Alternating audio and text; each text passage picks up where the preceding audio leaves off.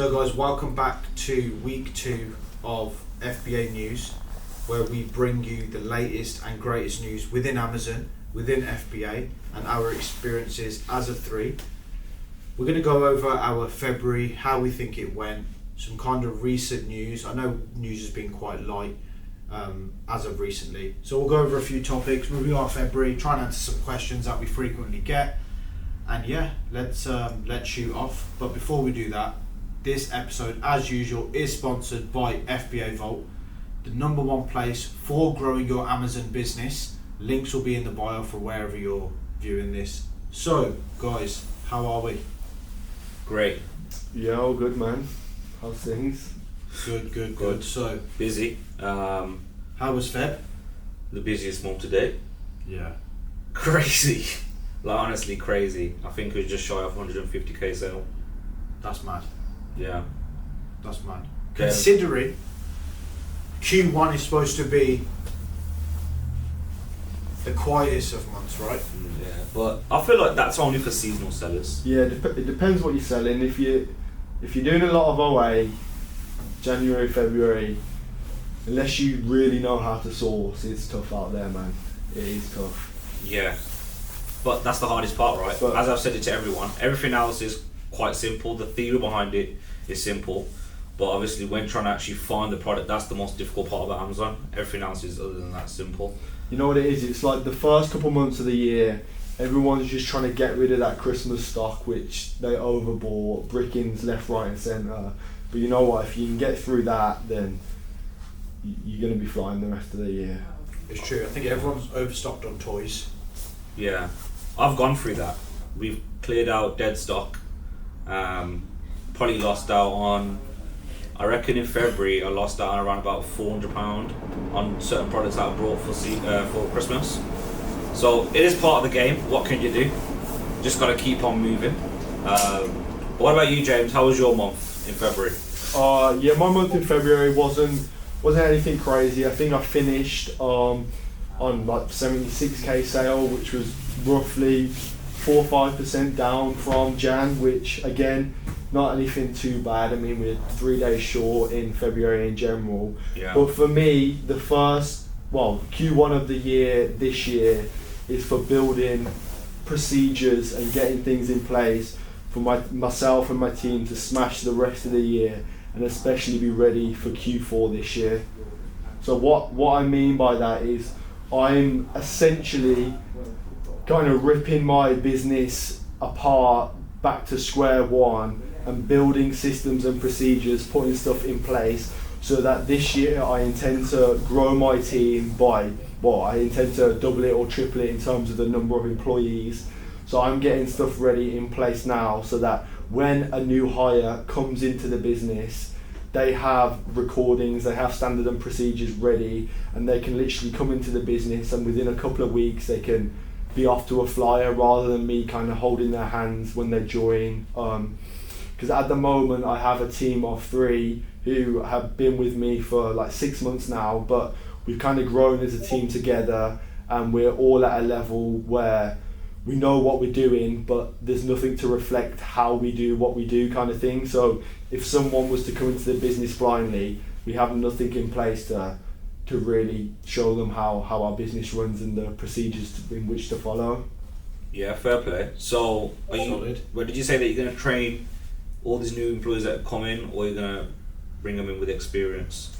So now I'll probably bring new employees in who have previously been trained. But you're still going to have. But I'm still going to handle them when they come into the business. So let's say, I think your standard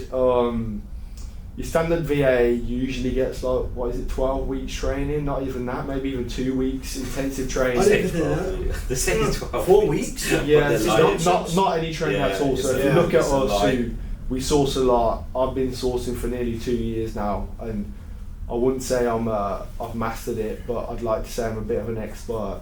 So for them to become an expert within 2 weeks worth of training is just not going to happen. It's every day you've got to work with them, right? Every day you've got to Zoom, make adjustments, figure out how they source as well, where they source from as well. I make my admin VA message me every single day.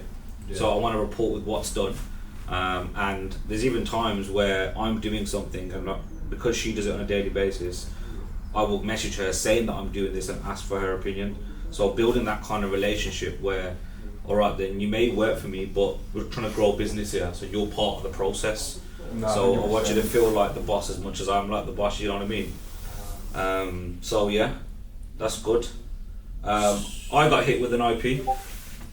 I've had a couple of IPs recently actually. We've only ever had Yeah. 2, so that put us in a little situation thinking, shit, is it going to affect my account health? Didn't affect my account health, even though I'm literally on it right now and it says account health rating impact says high. However, yesterday's account health rating was 649, now it's 652.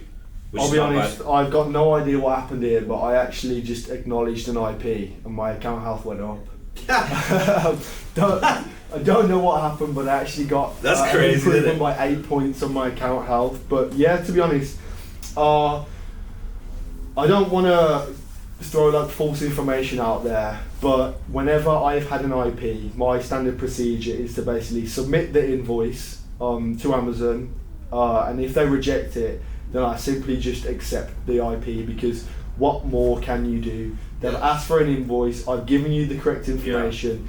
If you don't want to accept it, then what am I going to do? I'm not going to dwell on it, I'm just going to take the hit. And then luckily, the IP I recently got was literally within like a couple of days since I sent my my units in. So I literally just recalled them and just sent them back to the retailer. So it wasn't an L for me, but That's lucky, to be fair. Not because normally people order them. Once you got hit, you can't even return them back, depending on the retailer. yeah, I Something within guess. 30 days, right? Yeah. Yeah. So that's pretty solid.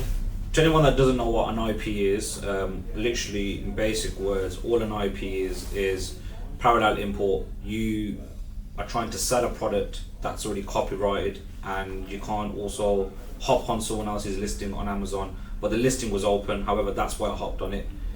And that listing that I hopped on obviously was, so let's say I got the IP for Vital Proteins. Vital Proteins owned the listing, and because I hopped on that listing and tried to undercut them, so without realizing, my repricer has done this, because I knew that I had to stay above them because they're on the listing. They just basically issued me an IP and it just says, you need to give me a letter. Amazon come back to me and says, you need to give me a letter that says, from Vital Proteins you can sell this item. However, I didn't get it from Vital Proteins. I got it from an OA website at a discounted rate, hence why I could sell it on Amazon. So yeah, that's literally the nature of Amazon, isn't it? It's true. I think a big one is why I see a lot of people getting IPs, right, is because they've jumped on a listing, the brand's on the listing, and they've undercut the brand. Yeah. If you stay above the brand or you match the brand, there's normally never no issues. It's a must. You have to Yeah, do it's that. As when soon as you the- undercut them, the then brand you that's hit it. exactly what it happens. damages the brand's reputation. Exactly. Before you know it, you can actually buy the product from Amazon for cheaper than where you bought it from with a discount in the first place. Which Exactly. for the Yeah. brand, that's just a straight L. You know what it is though, when you've got a repricer on and it happens in the background without realising, and you're like, crap.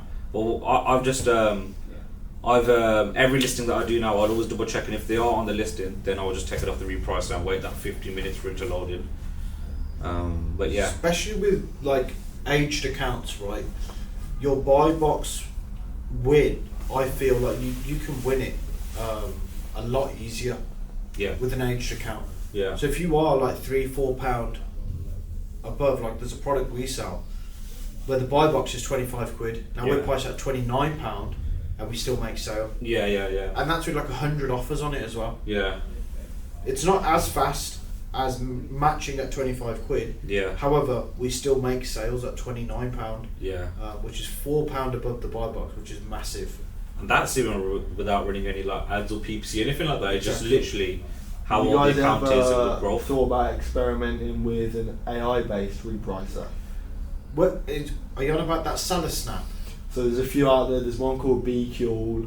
There's one called Seller Snap, and I believe there's a few out there. Which, to be honest, it's something I need to do, but I'm too set in my ways, in which I've already migrated once from Sellerboard to the SDK, and it was a horrible process. Good in the long run, but the initial switch over Yeah. was a pain. I'm now just too set in my way. I can't necessarily be bothered to switch from SDK to another software, but SDK is too gold. that's I find something it so which I feel like I'm gonna have to make the move because I've heard some good things about these AI-based repricing. Really? I mean, how can it be AI? Like, Well, surely, they say it's AI. Whether surely you they've put got your a team- rules in, right? And Yeah. your rules just No, It all but has to be based on in, rules, isn't it? in terms of seller toolkit, you're just matching the buy box. yeah. So whatever the buy box is, you are matching. But like you just said, you guys are making sales on products above being priced above the buy box, and therefore, if it's AI or if it's a virtual assistant in the background, I have no idea. But that's what it's going to do. It's going to price you at an AI-based price in which you can actually make sales higher than That's the buy nice. box. We'll see. They are quite expensive. So you have Yeah, to, they're like but that's only for the 250 SDK quid a month. repricer, innit? You can stay on SDK. Yeah, in terms of your profit dashboard and stuff, I always stick to Yeah, SDK, yeah, yeah. but in terms of the actual repricer, Yeah. maybe I adventure elsewhere. Yeah. 100%. I think SDK is solid though. Anyone that hasn't got SDK, it's a must. You get it. It's just You do basically need it. yeah. It It's a real time dashboard, isn't it? Inventory dashboard. So we tell you everything about your inventory, your profit for the day, sales for the day, reimbursements, etc., etc. But Put it this way: if you don't have STK, it's impossible to know your numbers. yeah, Impossible, unless it's you hard are- to work out really. Don't Yeah, know. you have to do a lot of. You got Skewify. I don't even know what Spotify is. Is that another? Is that another like SDK? SDK? Buybot Pro's version of SDK, yeah. I don't use Oh. Bybot Pro. I've heard it's good though. Yeah. You I've- get I've IP heard the protection, opposite. don't you, on Bybot Pro? Profit Protector, that's their repricer. No, but I Profit swear they've Protector got IP safety in Bybot Pro. Oh, I don't know about What that. do they mean by profit protector? That's just the name of their repricer. But have they got some sort of rule that makes sure that the rules in profit? I guess it's similar to SDK's price guarding rule, maybe something like that. But Yeah. to be honest, Does it stop sales in Guernsey? Talking about reprices, do you have one repricer rule? How many repricer Nah, rules so do you I have 3 repricer rules. Yeah. I have a standard default rule which is based on my minimum ROI, and then I will match. I will match prime offers. I'll price 5% above prime, not next day, and I won't match any FBM or SFP, etc. But yeah, that's my main default repricer, in which my minimum is 5% below what my actual sourcing criteria is. So for example, my sourcing criteria is 30% ROI minimum. I won't buy a deal for less than that. So my SDK reprice is set at 25%, because let's be honest, if you send something into Amazon, granted we know by the time it gets there it's going to have dropped in price depending on where you bought the deal from. If it lands at Amazon and it's now at 27% ROI, realistically you're happy with that, you're going to sell it, aren't you? So I have it 5% below just to give me that leeway. Now I have 2 other repricing rules. One for 30-day break even, so if my stock ages by 30 days, it will get shifted onto this repricing, which I will simply just clear it out at break even. Yeah. Yeah, you will, if you know my story, you will see me breaking a this few guy, things, but this guy literally, what- I'll be priced at 20 quid and I scroll down. If Sure. I was Yeah, on like 16 19.99. quid, I'm fuming. But now- And we bought it man. on the same day. it's like, bro, I haven't got infinite money out here. My cash Yeah, flow yeah. needs to be in and out as soon as possible, so I will clear my stock if it ages by 30 days, and then the real saucy one is 60 days or more. I'm in a race to lose 50% ROI. No, you have to though. But like I said, yeah. I ain't got, I got, No, I you got have bags to. of It's- money. I need my money out to get new products. It's I remember true. we was holding a product, isn't it, in February, and we had like, I think, $9 grand worth of it in our inventory. Yeah, Bob's. And they were just sitting there, and it was either selling at an extremely low ROI, or just keep holding on to it, and we just thought, yeah, forget that. We need the money. You need Let's the money out, innit? just Can't churn afford through to hold it. cash though. It's all cash flow, isn't it? Amazon. It's cash flow is like so important. The more you spend, the more you make. Granted, you buy the right deals, but one thing actually I've drilled into my team recently is I wanted to implement a bonus scheme for them on a monthly basis. One, to motivate them to work harder, and also secondly to see results within my business myself. So I said to them, look, I'm going to give you a criteria in terms of if you spend X amount a month, you're going to get X bonus. If you spend between X and Y a month, you'll get this bonus. And they turned around to me and said, look, I'm happy to do that, but I want a bonus scheme in which gives me my bonus based on the amount of deals I find. And I turned around to them and said, look, I know what you're trying to do here because that's easier for you. In terms of how this business model works, I do not care if I buy 100 deals or 10 deals. I could spend 10 grand on 100 deals or 10 grand on 5 deals, and we're probably going to be left with the same profit. So I don't care if you're finding 100 deals a month or 5 deals a month. I want your profit or your bonus to be based on the amount of money you're spending, because like I said before, the more money you spend, the more profit you make, and that's bottom line. That is how the business works. 100%. Right, that's a wrap then, guys. Thank you very much. Make sure you're tuning into our social media pages: YouTube, Facebook, Twitter, Instagram, Telegram as well, and Discord as well. You can find that all on our social media information. So thanks for tuning in. Fbavault. So you want to say anything? Leave it there. Leave it there. Cheers.